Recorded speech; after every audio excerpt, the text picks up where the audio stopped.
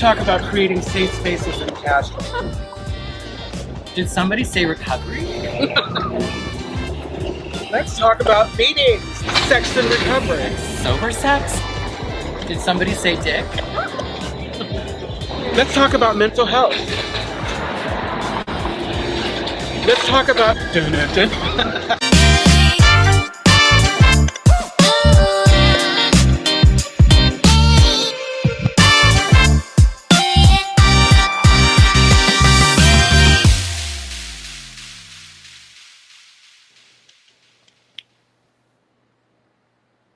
Welcome. You are at the CCC. Where there are no outside issues with Bonnie Violet. And Lulu. Each week we will... off script. Each week we will provide and create a brave space where we engage in conversation around topics of recovery. And our intention is to hold and inspire better spaces for people in recovery. By tackling topics used to separate us. But before we do this, you know what to do. Like, share, comment wherever you are watching or listening. Ding that bell. Ding that bell. You'll get notifications. Yes. Exactly. Hi, Bonnie. How's it going? Hi, Lulu. How are you? I'm good. I'm wonderful. Are you still in Portland? I am in Portland. I'm at a new venue, new location, but still in Portland. I'll be in San Francisco this weekend, though, so I'm really looking forward to that. Hey, right on. Yeah. And we have two wonderful guests with us. It's like, yes, we do. We have Miss Gina B from LA. Gina, say hi to the people. Hello. Thanks for having me. And sitting next to me is the most amazing Theresa. Hi, Theresa. Hi, Lulu. Hi, everybody. Theresa here. Lovely. See, you're doing it right. This is perfect. So how was your week, Bonnie? So much better than last week. So no therapy session needed this week on air. But what I appreciate about last week is that you were willing to get honest, to open up. I mean, that's what recovery is. It's like you put yourself out there, and I wasn't letting you back down. I was Barbara Walters.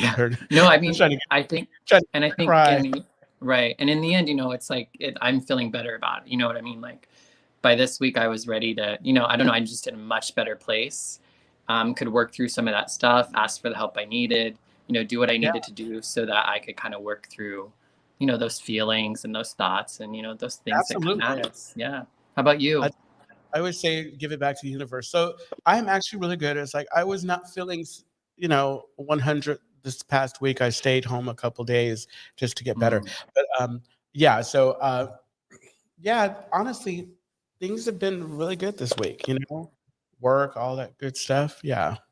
So our topic today. I know. It's like, do our guests feel awkward yet? Yeah. How are you guys? It's like, you want to share how your week's been? Mine's been a little up and down, but it's been all right. Gina? I've been manic, but not doing anything dangerous, so that's a win. Hey, there you go. Wonderful. So we were fortunate enough to have you to join us to talk about letting go of regret and recovery, because I think that, like, if you're participating in any sort of recovery, regret is something that definitely shows up. I don't know about you all, but it's like, intellectually I can say that it's a useless emotion, that's a useless feeling or whatever, but it doesn't necessarily, as much as I want to I was going to share something with you guys. I'm going to share it, and I'm going to be brave this week, and I'm going to be honest and open. So yesterday, I decided to take an adventure, a trip across the bay to Berkeley, to a well-known bathhouse, and everything was fine. And so I went, and then everything was super okay. And I was making my way back really early this morning because I had the day off, and that meant I could sleep in.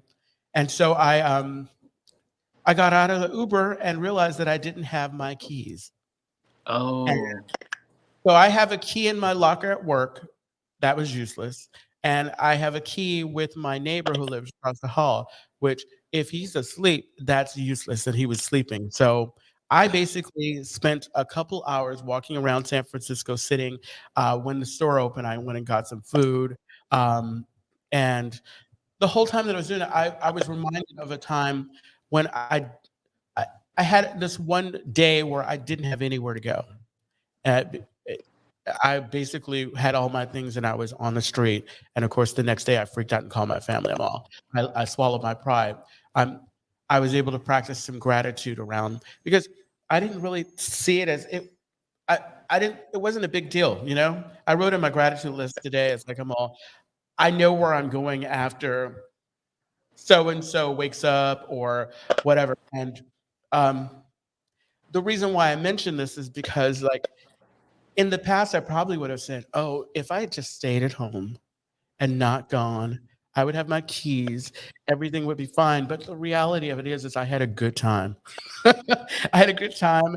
I'm not perfect, and that's a very light way of looking at not letting go of regrets. But really, honestly, for me, like making peace with for me, regrets making peace with the choices that I made and believing that the choice that I made at the time was probably the best possible choice is the way that I kind of like make peace with any sort of regret. So I'm gonna volley it to anyone else who wants to chime in.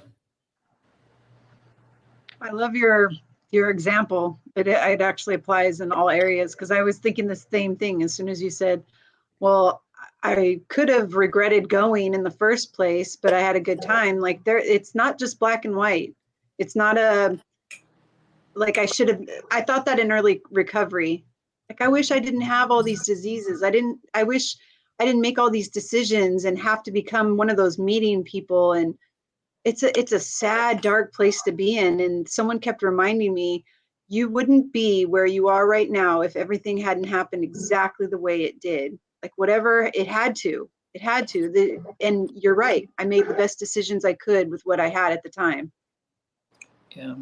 I was watching a video kind of in preparation. You know how like I think our machines listen to us, right? And YouTube recommended this video on regret, and they asked like people aged 5 to 75, and they asked them what they regretted in their life. And so they all just answered it kind of one sentence each. And one of the things that I noticed that was common is the older they got, the more often they would say, I don't have any regrets because I wouldn't, because I wouldn't want to change where I am today or who I am or, that sort of stuff. And all that stuff makes me who I am. But that was definitely something that I heard more from folks who were older, just in general, versus like as a young person. But. Theresa. Oh, yeah. Well, thank you for what y'all shared. And, I still pretty much ongoing try to let go of the regret of not being able to parent my children. My disease took me away from them. And by the time I got my legs steady under me, it was like too late. And so they were raised by other people. And they both got returned into my life. And I had a relationship with one of them that was off and on. And with the other one, it turned out to be pretty okay. And I regret not fighting for my eldest son when he ran away from his adopted family and came to California. I don't think I fought hard enough. And I still live with that regret because he passed away from addiction. And, and it's just, I'm just putting it out there so people know that like you can struggle with something and still have a life that's pretty much happy, joyous, and free. I have a life that's second to none. I really believe the things that happened to me to mold who I am today. And who I am today is nothing like who I was. And yeah, so that's all I'm going to share on that for now. Thank you. Thank you. Thank you for sharing. Would you say like, okay, so like as much as we're talking about letting go of regret, sometimes it's kind of like with a light amount of fear, sometimes a little regret challenges us to kind of make different choices. Because I mean, obviously we don't forget the things, but we try to make better choices each time we as we get better, like Maya Angelou says, it's like when you know better, you do better. Definitely. And at the time, I was pretty crippled by alcoholism and just I couldn't be there for them. Yeah. So it was best that I didn't raise them, because I probably would have did what happened to me, would have got physical with them. And so I don't have that regret. I can sleep at night in that regard. But I'm still, and I've been sober over 38 years, and so it's not an overnight process. I might have a tinge of regret up until the day I die. Who knows? But it's just one of the aspects. We lose things when we're fucked up. Oops, sorry. Yeah, you're good. You're fine. Sorry. We're all adults here. And but I no longer lose things, which is good. So something that you said like was really important. It's like, and for anybody listening or watching right now, like this is a process, and it like if I was like I always say, like when I share, it's like if I was perfect when I came in, if you could tell me not to do and I would stop from there and not have to unlearn behavior or whatever, I would need to be here. But the truth of it is that I think we let go of things when it's time to let go of things. It's like sometimes we hold on to it for whatever reason. Maybe it's a safety, it's a blanket, it's a defense, it's a whatever. Or we don't feel like we're worthy of not feeling the way that we feeling better, or what I'm getting at. So be patient. I love when they say, I wish you a long and slow recovery. You cannot walk 100 miles into the forest and turn around and all of a sudden be out. Or maybe you can if you go a different direction. Yeah. But I think regret, like a lot of things are, it's like how you use it and how you respond to it, on whether or not, say I don't like to label things good or bad, but whether it's not helpful or maybe helpful, And like, so I think it's really just kind of how you use it. I think, having a higher power and having like a spiritual way of living, I can take my regret to my higher power and do something with it in a way that regret with a higher power is a lot better experience for me than without. And so like I know, like prior to like getting sober and having a spiritual way of life, like that regret was the stuff that would keep me doing what I was doing or not taking the necessary steps I needed to kind of to move forward and to become the person I was created and meant to be. I used it to keep falling short. Whereas now, if I'm in a good place, I can get a tinge of that regret or notice something that I regret. And then I can, again, kind of like you said, decide what I'm going to do with that. I'm going to take this as some information that might tell me to make some decisions or to be mindful, or it might tell me to take a moment, or it might be like, you know what, I need to let go of that. I need to find forgiveness somewhere, or I need to make an amends somewhere, or whatever. So I think, again, so like with everything else, it just kind of depends on, where it's coming from and how it's hitting us and what we do with it. I have a challenge. Once I start learning how to get through the big ones, like through working the 12 steps and like you said, connecting with the higher power, now I deal with these like mini regrets on a daily basis. And it's like negative self-talk. That's what it is. It's like I'm wrapping up my day, I'm doing a 10th step, I'm going over everything, and I'm like, I used the wrong word in a conversation I had today, and I probably offended them. And then my mind just starts spinning out of control with this like regret. And I think to myself, there's nothing I can do about it. This is why being of service and being a good person and contributing to society is so important to me, because that's the thing that I grab onto. When my head is spinning out of control and I'm dizzy, I put my arm out and just grab onto like my program and what I do in my program. And then all of a sudden it's like, okay, we all do things we regret, big and small, daily and years later, whatever. But like, I need that life preserver of the program to like stop the spinning wheel of insanity, because oh man, it can get really intense sometimes. Right. Well, it's something that came up for me when you were talking about that too. It's like, I think sometimes it's what we see what the word regret means to us as well, right? So like, I think sometimes in those situations, if regret if noticing regret or labeling something regret kind of puts me in a spiral, is there something else I could call it? Because there's something else when I'm reflecting and seeing these things where I said the wrong thing, or I didn't do this and I wished I would have, or whatever. Like, I wonder if there's a way to label it something different that can kind of allow a little bit more grace or that sort of thing. So I think those are the things that we have to kind of investigate, when a word or a situation hits us. Why is this hitting us this way? When it hits us this way, is it helpful? Would it be better to change it somehow? I don't know. I mean, that's what I kind of do, is I try to like see if I can frame it differently. Because to me, I think regret to me feels like such a harsh word. Like, to me, it seems very severe. And like, to really regret something, it's got to be really big. And because I put so much weight on that word, to label something with that word would probably mean something big. But again, I think it's just how you interpret that word.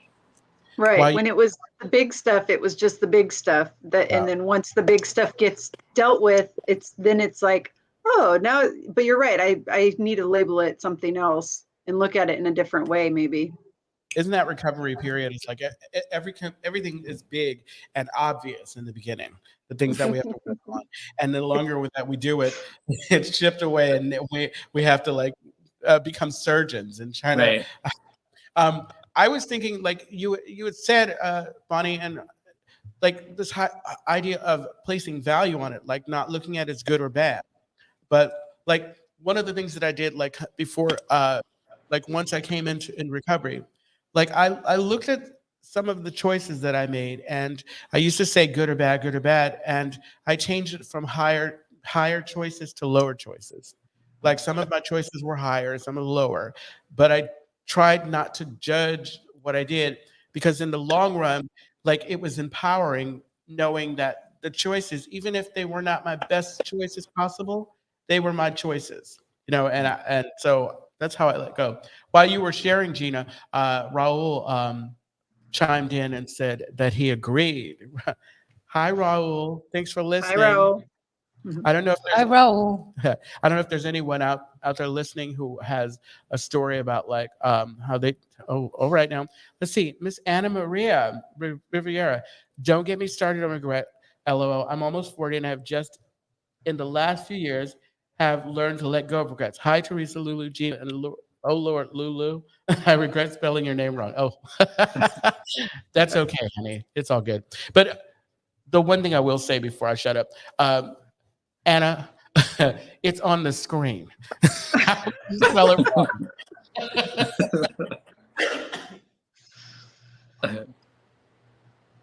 There's also someone want to read that? Yeah. I feel like Jeff Oplinger said, I feel like making peace with my reflection is a huge challenge. And everyone I know on this panel has helped and is helping me with that. But thank you. I love that. You're welcome, Jeff. Yes, thanks, Jeff. I like this. I like this activity. It's like we normally have to like we've been trying to get people to send messages to our lovely speaker and also to comment. But please, it's like we want you to participate in this conversation. Absolutely. Oh, how about that dead air? Right. Nothing like a little peace and quiet. Exact choices. So, go ahead. Oh, I was just saying, Anna Marie says, being honest, I work really hard to not use the word regret because I've learned that it's everything in life. Everything in life is more of a learning experience. I love that. Oh, thank you, Anna. Yeah, it's really good. I mean, I feel like, yeah, it's like when it was said before, it's like, as much as I wish I had gone that way instead of this way, it's like all of the things that I have now. Like, I don't know if any of you like, okay, so I did a lot of my dirt and damage here in San Francisco, and I live here. And so every day I have to walk past familiar sites or whatever. I used to put a pen in the map and say, I could take you on a tour of the city on how I wreaked havoc. And sometimes if I'm not careful, I will slip into like morbid reflection or whatever about what I did. And I do this thing, and I got it from Romney. I call it Etch-a-Sketch, where I shake my head and I bring myself back to the present. I bring myself back to the present because when I do that, what I have to remind myself is, like, when I do that, when I judge myself for what I was doing there at that time, and beat myself up for what I was doing at the time, I'm not honoring where I am now. And where I am now, I'm really happy. Like, if I hadn't gone through that, it's like maybe I'd be happy in a different way, or maybe not. But I really like where I am. I like where I am right now, and that's and thanks to my higher power and my gratitude list and all of these things, so that I'm constantly like doing little things, exercises to kind of stay present. And I think that kind of helps me with that, because you can't go back. I mean, we can get a time machine and like, Mm. but I'd probably fuck things up even more. So Lulu, would you recommend earrings or no earrings when you do that etch the sketch thing? You know what? I feel like you had the earrings, it's like the feeling against. Yeah. The whole point is snapping you out of it. It's like it's like me slapping myself, snap out of it. Yeah. And it doesn't happen all the time, but it does happen. Like, it goes there. And I don't know about you all, but I'm kind of grateful. Like, people talk about triggers and things like that. I'm kind of grateful because people who don't have our problems don't have the triggers. You know, I have a disease that likes for me to forget, wants me to think that I was just making a big deal about shit. You were just making a big deal. Why don't you just go back out and try it a different way? And the reality of it is like, when I have moments like that, and maybe it's a blessing, maybe without knowing it's my higher power saying, you know what, I'm giving you a gift. I'm reminding you that things weren't always so rosy, because if I had my way, I would only extract all of the good times, because I had a lot of good times, and of course that would make it like, wow, I'm going right back out there. It's like, that's not happening. Mm-hmm. That is such a good point. If there were no regrets, if I had no recollection of what it was like, why would I stay here? It would be, you're right. Absolutely. Yeah, Nora said that she said, I have almost always learned from my regrets and see why it had happened. So it could definitely just be a prompt to be like, hey, check this thing out. If you want a different result, what can you do differently the next time? Yeah. I like to challenge myself too, because the one thing that I know is coming up for me, it's like, thanks to the pandemic, I put it on hold a little longer, pushing it back. But school, I need, I I want to go to school, but not just for school, for anything that you want to do. And I think that I usually, the way that I would think about regret now is like, I don't want to have any regret, so I'm gonna just do it. It's like, I'm gonna just get up and do it. And I actually have not been. What I realized, I've not been taking advantage of this great resource we have here, the internet. Like before pandemic, I didn't see the potential in doing everything by video and Zoom and whatever. And I can sit in a class with people at home and and I can really do that. Like, yeah. Mm-hmm. Yeah, and really, I just don't want to. For me, I don't want to have any regrets on that end. And so, Right. the best way not to have regrets on that end is to take action now. Mm-hmm. Well, and the fear of a regret could potentially be helpful. I don't know. I was thinking when I was considering going on hormones or not, like if I needed to, like I was like, oh, but like I don't want to be doing this when I'm 60. Like if I'm 60 and this is when I decide to go on hormones, then fine. But I'm like, why wait if I can do it now? And like with hormones, the longer you wait to take it, the less it can do for you. So I guess it was a fear of potentially regretting, that could kind of helped me, to make a decision. So maybe that's one way to use regret, I guess, for good. Gina, a couple of weeks ago, we had two guests in the studio. We talked about parenting and recovery, and we were thinking about you, but we were also thinking for you for a different show. But one of the things that we talked about, like because you have young kids, balancing your recovery, like the times because I'm pretty fortunate. It's like when when I'm fried, I don't have to take anybody else into consideration. I get to go unplug and not have that choice. So how do you deal with that? The fellowship is my unplug. But you're right. It's like I'm always on, I'm always serving someone else. And then I do service work in the program, but that's different. Like those are like it's very odd to do service for how do I say this? My kids are like little walking alcoholics. Like they don't appreciate and they're self-centered and self-seeking, but they mean well. They love me. They hug me and love me, but they're like, I don't want this for dinner. I wanted that for dinner. But the program, I know that if I don't put the program first, I know it because I've seen it so many times before that I will lose everything I have. I won't have a family. I won't have children. I won't have my husband. I won't have my house. It's I used to regret not having kids and regretted having them later in life, but because it's a lot, it's taxing on my body and on my spirit. I'm 41 and I have 2 young children, and it's exhausting. But then I think about the kind of person I was at the age I thought I should have had children, and I think of how lucky those kids are. This is a much better version of their mom. Yeah. I think that one way we can shift the conversation. We talk about like I don't know how much more time we have, but it's kind of connected to regret because I think that we probably okay, we're bleeding a rock. We can talk about each of us the good things about the program. I mean, the benefits of the program, the things that keep us here.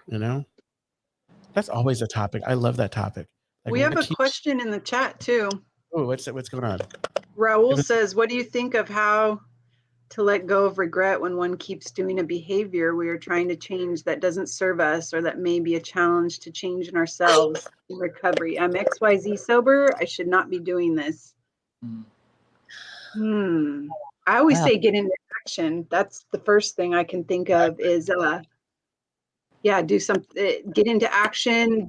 Usually the counterpart action to something I'm doing instead of living in a regretful moment is I don't like that behavior. What can I do to change it? Exactly.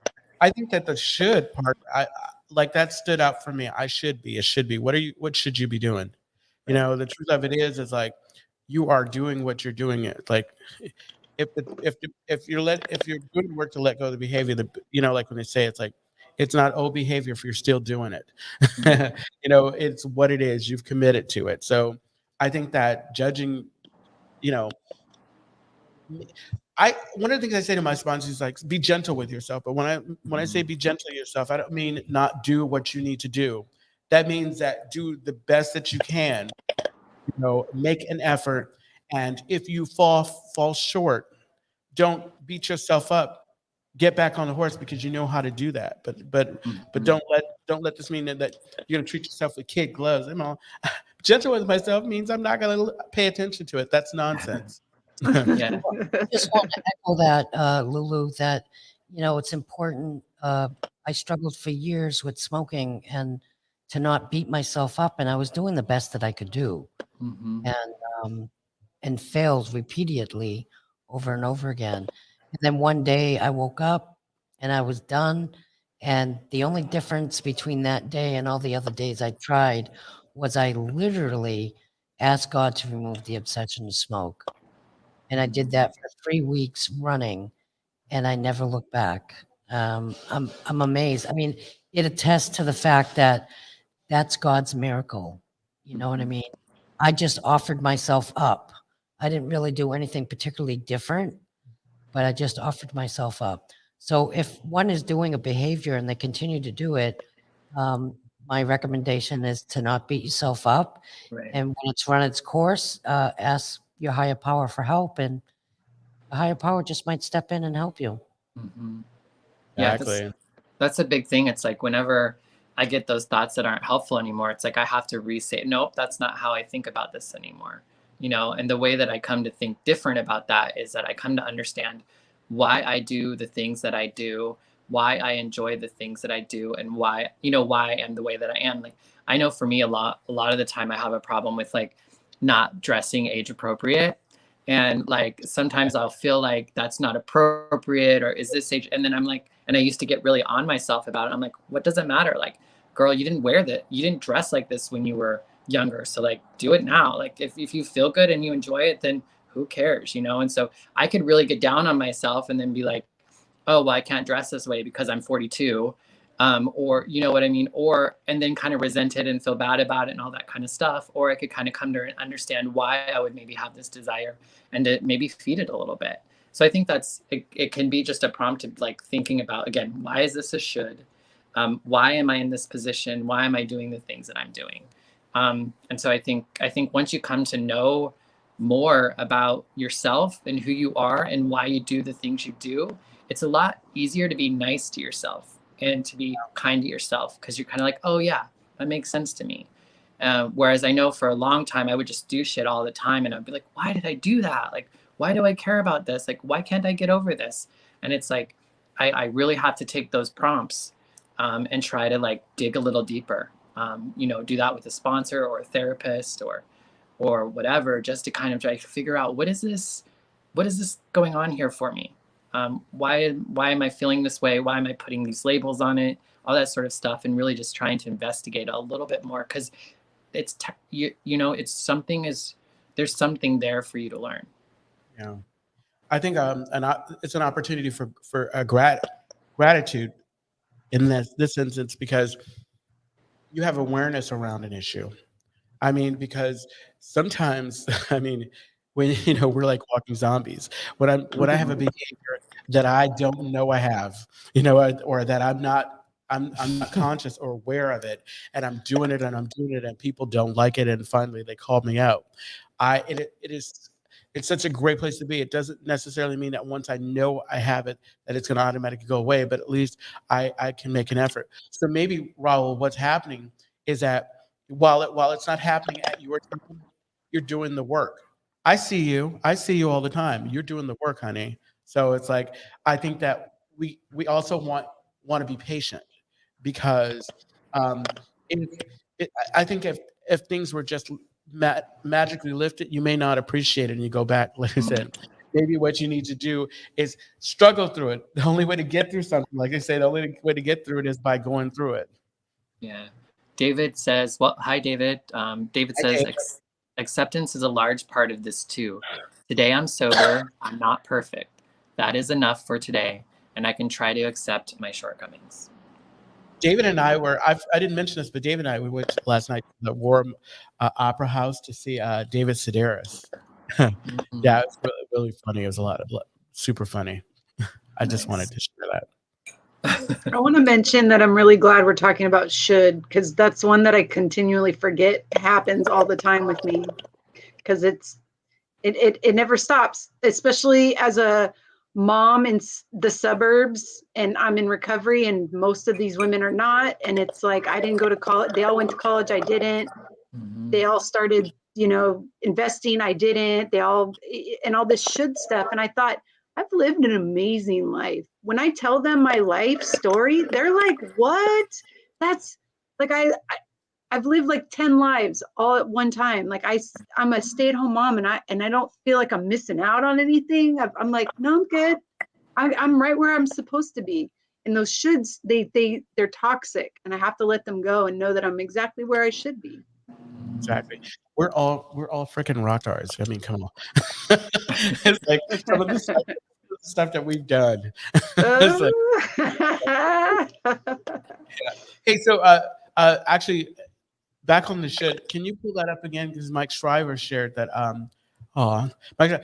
Mike Shriver said, hi, Mike, I love you to death. I try my best to avoid should language. It usually means I'm judging myself harshly when I get caught in the should talk.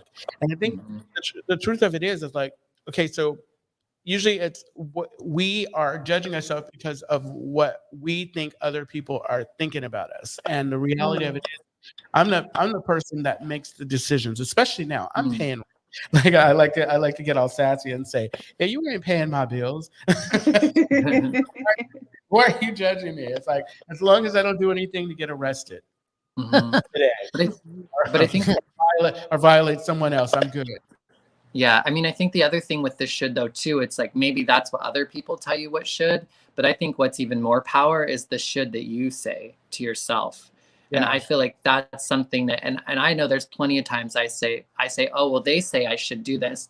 And it's like, no girl, you're the one saying that you should do this, you know?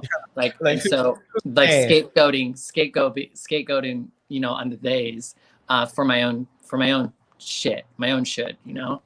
We blame a lot on they, don't we? And now that it's a pronoun that's used often, they're like, hey, wait a minute. Right. Yeah. Yes, exactly. I don't know. It's like, so where are we Yeah, at now? Raul kind of went there. Not to get graphic, but yeah, he said, I just should myself with the shit emoji, which is what a lot of people do is they, you know, switch out should with shit and, you know, so don't shit on yourself, you know? But again, going back to this, is like, this is a process. This is a process. We can talk about it now. We're talking about it. And just like you said, Gina, the whole should, I do that should thing a lot. You know, maybe you can make yourself aware of those times when you're thinking or saying should. I should, and just try to modify it. You know, maybe I would like to. I wish I was able to. Maybe you know, there's so many different ways to kind of approach it. But again, to be patient, to be gentle with yourself, to trust that as long as you're in action, you know, because the worst, I think the worst for me is like when like the gym. I know that I need to do something. I'm paying a fat tax right now. I pay for the gym regularly. I pass by there all the time and I wave in and I don't go in there. I can't complain because I'm not doing anything. I'm not taking action. But if I'm at the gym consistently working, you know, then, you know, maybe it won't happen as fast, but at least I'm in action. And so I don't have any regrets for paying for it because eventually I'm going to go because it's like, well, maybe with the shoulds, we could then, you know, translate the shoulds to like a to-do list or a vision board or something, you know, into like what maybe we can still do these and kind of translating it that way. I think one of the easy things that helped me in early recovery too was, and we've heard it a few times when it was like, I have to. And it's like, no, I get to go to meetings. I get to have a job. I get to, you know, like, I know that seemed really silly, but I know when I was able to change that sort of language, even just in my mind, when I heard my say have to, and I could say, you know, say I get to, or my sponsor could say, you mean you get to, was a ways to kind of help prompt me to begin to thinking about that stuff a little bit differently. I think this is higher power, but in early recovery, I did this thing and I let go of this practice and I need to pick it up again. I would like to pick it up again. And, you should, yeah, you really should. I would like to pick it up again, but I would like, because you know, in the beginning, when you get sober and all of a sudden it's like you've got all this free time and you're thinking, oh God, I got to clean up every mess. I would break down the things that I needed to want to do, like the things that I need, like that are time sensitive, the things that I have to do, like the things that if I don't do it, I'm going to jail, or that I want to do, which is like my elective things that I get to, and I would do what I can and leave the rest and for the next day. I don't know. I believe that was higher power because that wasn't me. I was not firing with all cylinders, but for some reason it kept me sane early recovery.